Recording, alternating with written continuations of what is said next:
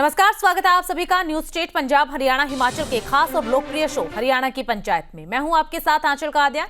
हरियाणा की पंचायत में हम आपके मुद्दे और सरोकार को बेबाकी के साथ रखेंगे, आपकी समस्याओं से सियासतदानों को रूबरू करवाएंगे और आपकी हर एक समस्या का समाधान भी निकालेंगे। तो आइए शुरुआत करते हैं हरियाणा की पंचायत।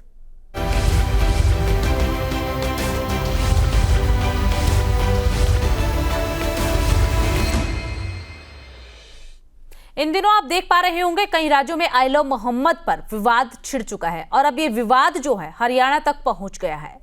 दरअसल आई लव मोहम्मद के स्लोगन लिखे मिले हैं, जिस पर कि हरियाणा में भी सियासी उबाल देखने को मिला है। बुधवार को हरियाणा के सोनीपत में भी इसकी आंच नजर आई है और सोनीपत के मूर्थल रोड स्थित श्री राम पार्क के झूलों पर आई लव मोहम्मद, अरबी भाषा में 786 और लव जिहाद से जुड़े हुए कुछ स्लोगन्स लिखे हुए पाए गए हैं। हिंदू धर्म के लोगों ने जब ये देखा तो वो काफी ज्यादा आक्रोशित हो गए। इसकी सूचना तुरंत ही पुलिस को दी गई। पुलिस वहां पर पहुंचती है और इस पूरे मामले की गंभीरता को देखते हुए इसकी जांच पड़ताल में जुट जाती है। सोनीपत मेयर राजीव जैन भी मौके पर पहुंचे। उन्होंने भी पूरी स्थिति का जायजा लिया। सेक्टर 27 थाना पुलिस भी पार्क पहुंच गई है। कुछ ही देर में वहां पर भीड़ जुटने लगी। लोगों ने इस पर ऐतराज जताना शुरू कर दिया। पुलिस की टीम ने तुरंत पेंट मंगवा करके नारों को मिटवा दिया। लोगों ने इन शरारती तत्व के खिलाफ कार्रवाई की मांग की है। देखिए, पूरे देश में ना विशेष तौर से मुस्लिम्स के कुछ लोग एक नया एक्सपेरिमेंट करने में लगे हुए, पूरे देश को डिस्टर्ब करने में लगे हुए हैं। कुछ कट्टरपंथी लोग कि इस देश के अंदर अव्यवस्था कैसे पैदा की जाए और डिस्टर्बेंस कैसे पैदा की जाए पूरे देश के अंदर। ये इस देश के अंदर भी श्रीलंका और बांग्लादेश जैसे और नेपाल जैसे हालात पैदा करना चाहते हैं और ये ऐसी ऐसी हरकतों से पूरे समाज के अंदर विद्वेष पैदा करना चाहते हैं। किसी तरह से आपस में धर्म के लोगों में, आपस में हिंदू मुस्लिम्स में कुछ न कुछ रार पैदा हो। यहाँ पर क्या लिखा गया है, अगर स्पष्ट शब्दों में आप बताओ। ये लिखा हुआ 786 आई लव मोहम्मद और लव जिहाद, ये चीजें लिखी गई हैं इसके ऊपर। आज जो है श्री राम शर्मा पार्क जो है, जो सेक्टर 14 में स्थित है, उसमें कुछ जो है शरारती तत्वों ने झूलों पर जो है आई लव मोहम्मद और इस तरह के जो है स्लोगन लिखे हैं, जो केवल और केवल जो है उनका धार्मिक उन्माद बढ़ाने के लिए या फिर जो है किसी कुत्सित मानसिकता के साथ जो है उन्होंने ये काम किया है। और आज यहाँ पर जो है पुलिस को सूचना दी गई है। मुझे भी सूचना मिली थी, मौके पर पहुंचा हूँ और शरारती तत्वों के खिलाफ जो है सख्त कार्रवाई के निर्देश दिए गए। तो चलिए, इसी पर चर्चा करने के लिए हमारे साथ कुछ खास मेहमान जुड़ चुके हैं। वेद प्रकाश विद्रोही कांग्रेस के प्रवक्ता हमारे साथ जुड़े हैं। मोहम्मद उस्मान मुस्लिम स्कॉलर के तौर पर हमारे साथ जुड़े हुए हैं। रामराज जी शर्मा बीजेपी के प्रवक्ता हमारे साथ जुड़े हुए हैं। आप सभी खास मेहमानों का सबसे पहले स्वागत करती हूँ।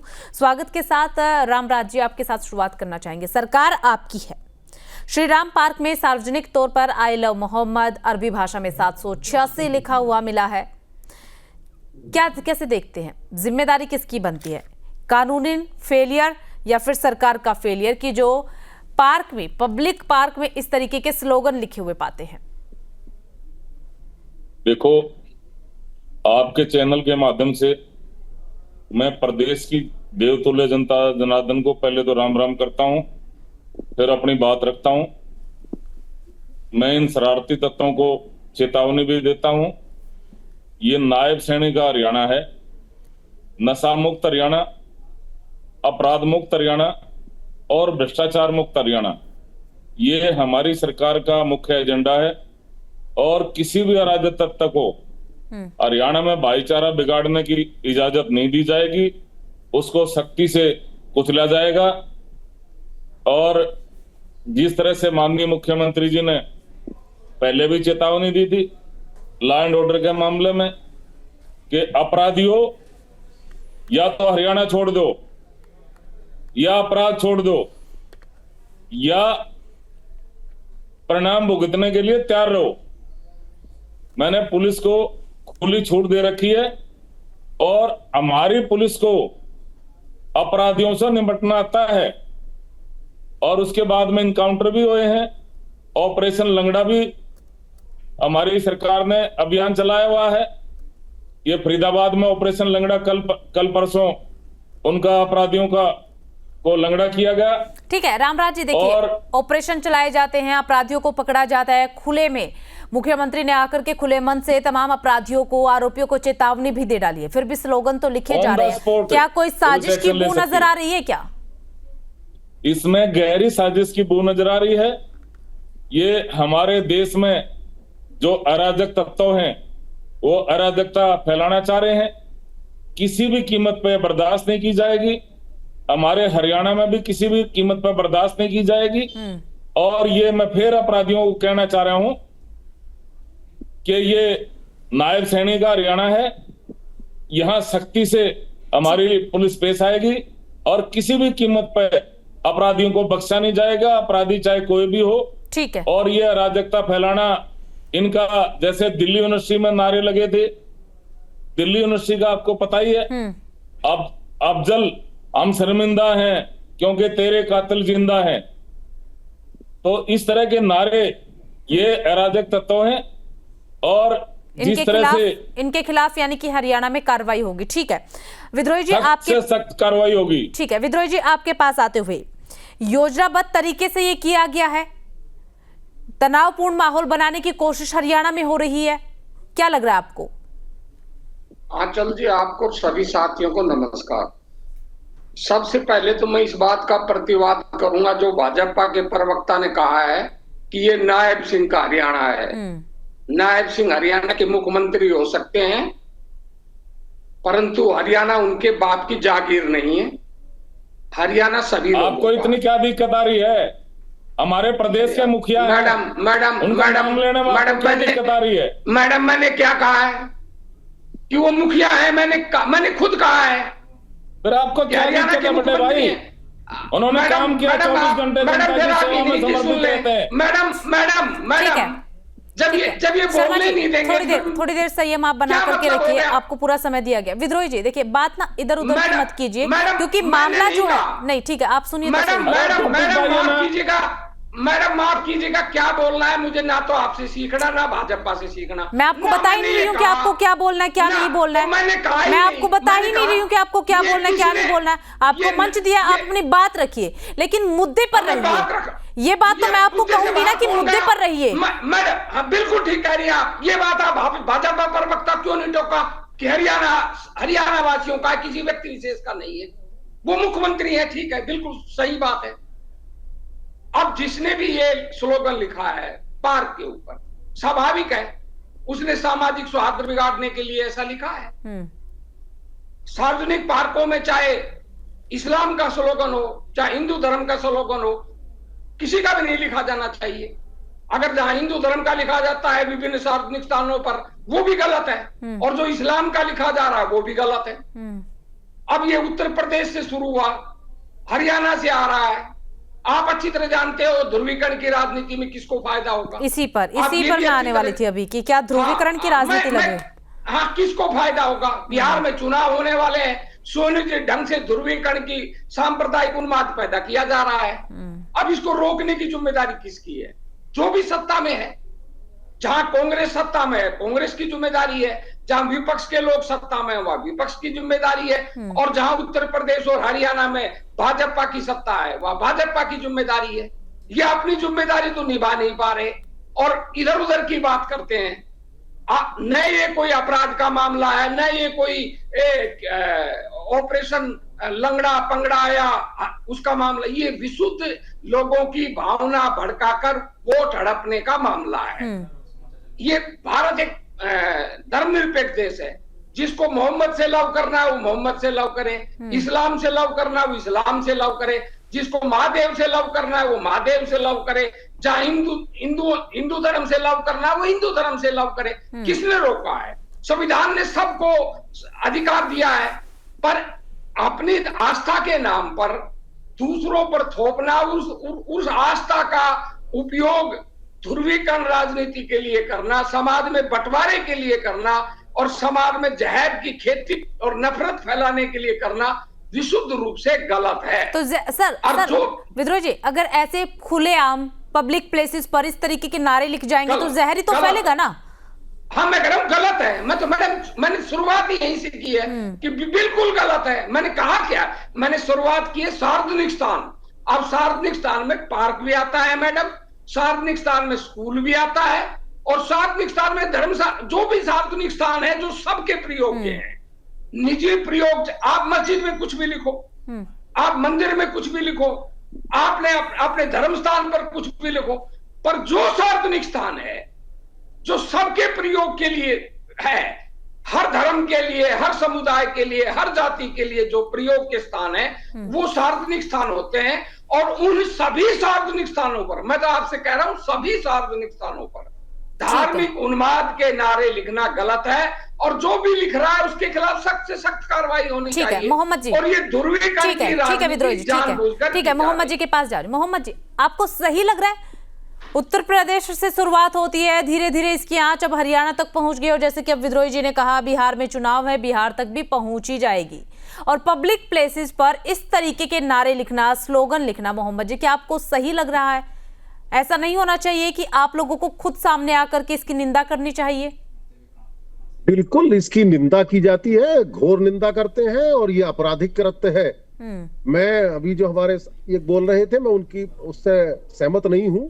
यकीनन ये आपराधिक कृत्य है, लेकिन इसके पीछे जो छुपी साजिश है, यकीनन जिन लोगों को इसका राजनीतिक फायदा पहुंचता है उन लोगों का ये प्रायोजित कृत्य है, और इसकी गहराई से छानबीन होनी चाहिए। खुलकर के नाम लीजिए मोहम्मद जी, किसको राजनीतिक फायदा पहुंचता है? नाम लेने से, देखिए, खुलकर नाम लेने से यहाँ कोई फायदा नहीं है। इस समय हमारे देश का जो माहौल है वो जो है संविधान से कम और दोहरेपन से ज्यादा चल रहा है।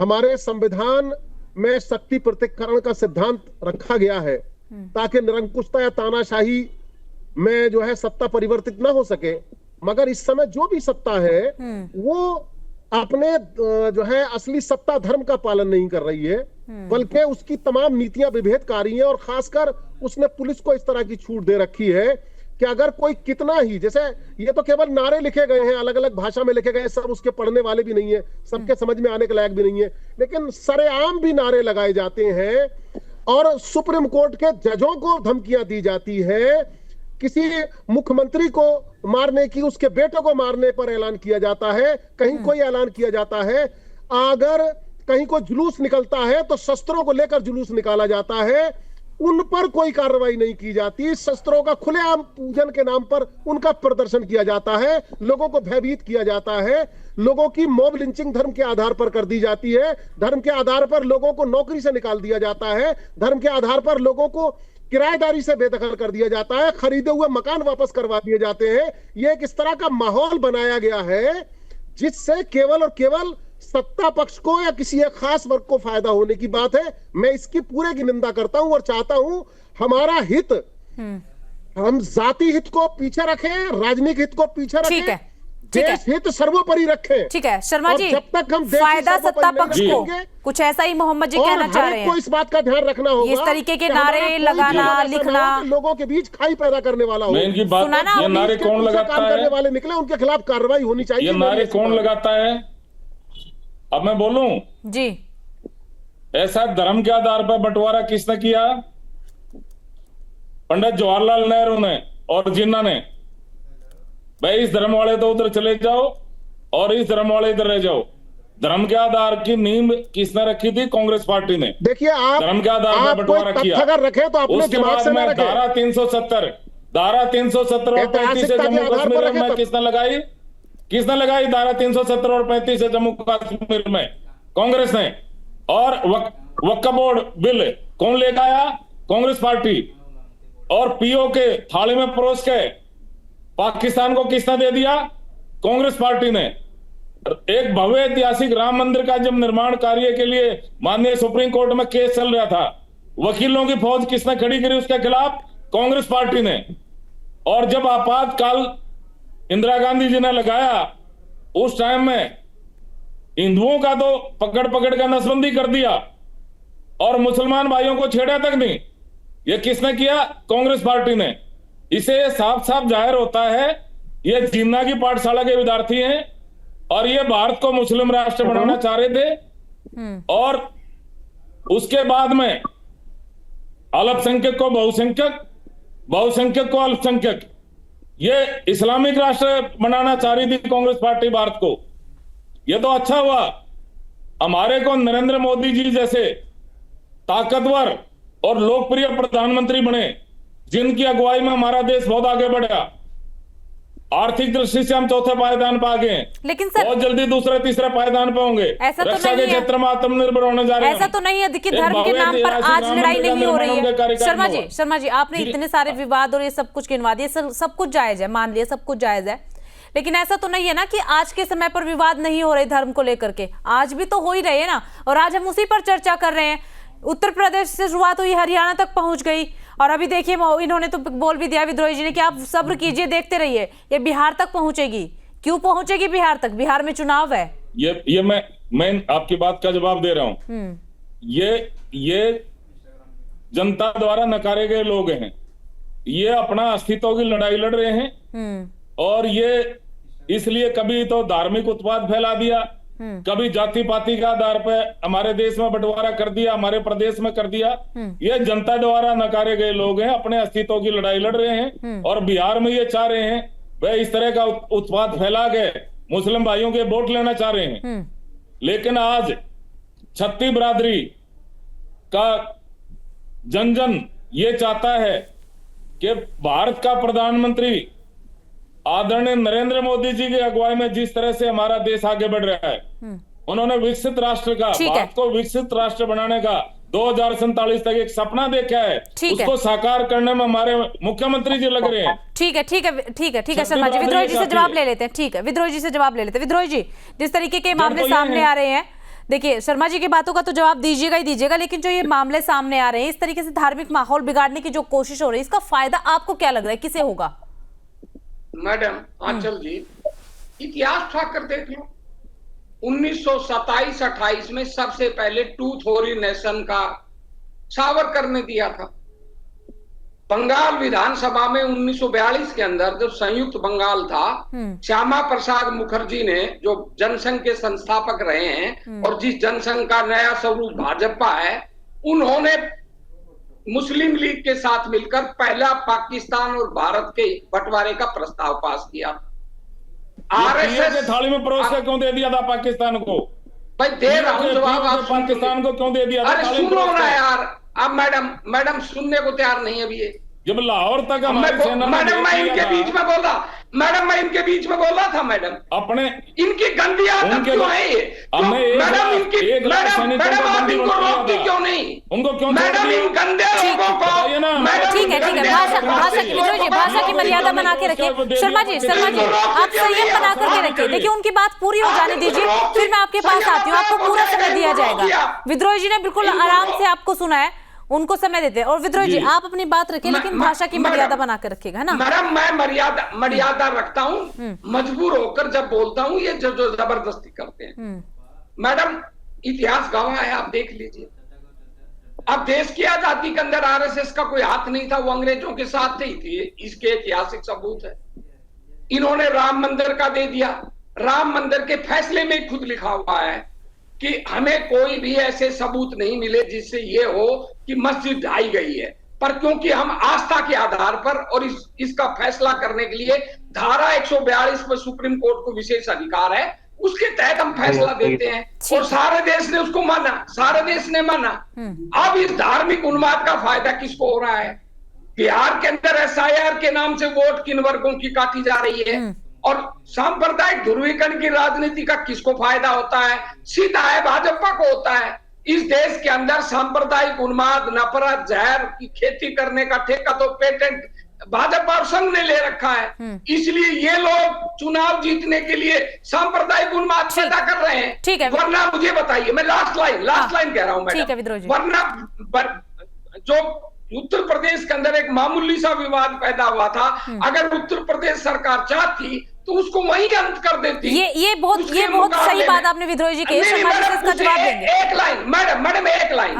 उसके मुकाबले में ऑपरेशन नहीं, आई लव महादेव किसने शुरू किया? इन्हीं लोगों ने किया, जानबूझकर बढ़ाया है इन लोगों ने। ठीक है, इसका जवाब शर्मा जी से लेंगे, लेकिन उससे पहले एक बार मोहम्मद जी का रुख कर लेते हैं। मोहम्मद जी, आपका समुदाय शांति की तरफ कदम बढ़ाने के लिए आगे क्या करेगा? मतलब ठीक है, ये विवाद तो एक बार छिड़ ही चुका है, यूपी से हरियाणा तक पहुंच गया, आगे ना जाने कहां तक जाएगा, लेकिन आगे ना फैले। आपका समुदाय आगे आकर के किस तरीके से शांति की तरफ कदम बढ़ाएगा? क्या तैयारी है? कुछ तैयारी है? कोई रणनीति है?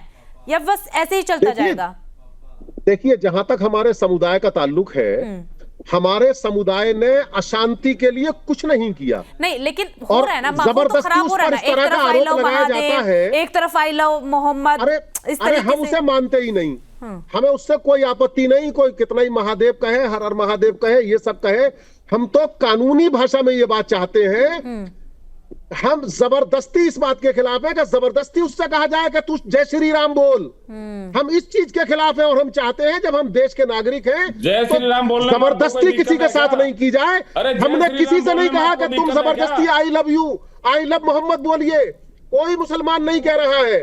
उनके साथ तो लगातार ज्यादती की जा रही है और वो सब समझ गए हैं। जो ना समझ भी जो है गैर एहतियाती के साथ नमाज पढ़ने के बाद रोड पर आ गए थे, उस पर भी जबरदस्ती जब उनके पास उन पर लाठियां चार्ज की गई हैं, उन पर जुल्म किया गया है, उन पर पुलिस ने जो है अपने थानों में पिटाई की है, उसमें भी कानून का उल्लंघन किया गया है। तो हर हालत में मुसलमान इस सब चीज पर कदम नहीं उठाएगा। वो जानता है इस समय देश के माहौल को ठीक है। हिंदू और मुसलमान में तब्दील करके राजनीतिक फायदा उठाने की बात की जा रही ठीक है। है। और मैं खासकर मुस्लिम समुदाय से अपील भी करूंगा और देशभक्तों से भी अपील करूंगा कि वो ऐसा कोई भी कदम ना उठाएं जिससे दो समुदाय के बीच तनाव पैदा हो, बल्कि ऐसे काम करने की कोशिश करें जिससे दोनों के बीच एकता हो। हाँ, एक बड़ी खास बात कहना चाहूंगा, जी, देश 10 का सेकंड में। देश पर विदेशी कर्जा 269 लाख करोड़ हो गया, जो हमारी 90% जीडीपी के बराबर है। ठीक है। और सोनम वांगचुक जैसे देशभक्त को भी ये कहते हैं गिरफ्तार करके उसे आतंकवादी बताया गया है। चलिए, ये सब ठीक है। चीजें हमारे देश के हित में अच्छी नहीं है। बिल्कुल इन मोहम्मद जी, सब ठीक पर है। चर्चा आप तीनों होनी खास चाहिए। मेहमानों का बहुत बहुत शुक्रिया। समय आज इतनी ही इजाजत देता है।